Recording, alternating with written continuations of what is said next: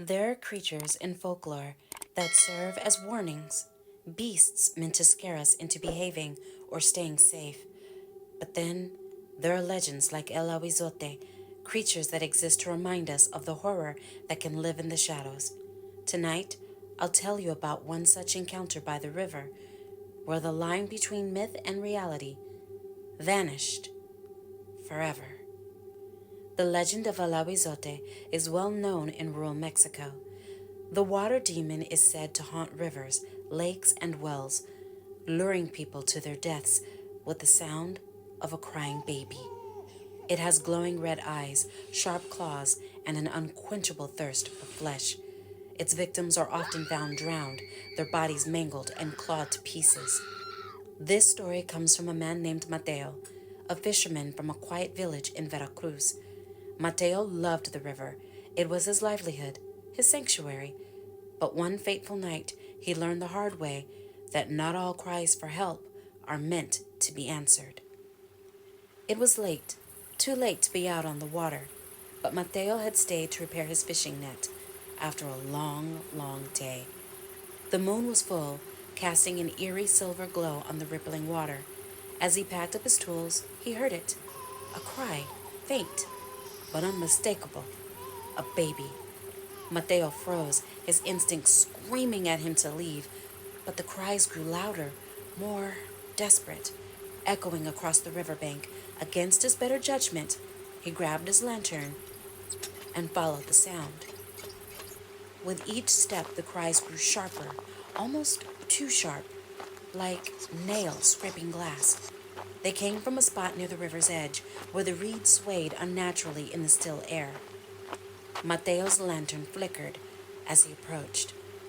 He saw no baby, only ripples in the water and claw marks raked into the muddy shore. That's when he smelled it, the stench of decay, thick and cloying. He turned to leave, but it was too late. From the black water, it emerged. Its eyes glowed like embers, burning with malice. Its body was hunched, skeletal, and slick with water that smelled of rot. Long, jagged claws scraped against the rocks as it pulled itself onto the shore. Its mouth, an unnatural gash of jagged teeth, stretched open, emitting a guttural sound that was half laughter, half growl. Mateo stumbled back, frozen in terror. The creature tilted its head, watching him as if savoring the moment before the kill. Mateo tried to run, but the creature was faster. It lunged at him, its claws slashing across his arm. He fell to the ground, clutching the wound as warm blood poured between his fingers. The creature loomed over him, its mouth dripping with black ichor that hissed as it hit the ground. It leaned closer, the stench of death overwhelming, and whispered something in a language Mateo couldn't understand. He swore. It sounded like mocking laughter. Desperate, Mateo grabbed a rock and hurled it at the creature. It hit its chest, shattering with a sickening crunch. But the thing didn't even flinch. It only smiled wider, revealing rows of serrated teeth, as if it enjoyed its futile attempts to fight back. Then it reached out, its claws slicing through the air, and grabbed Mateo by the ankle. The last thing he remembered before he was dragged under was the sound of its laughter echoing through the night.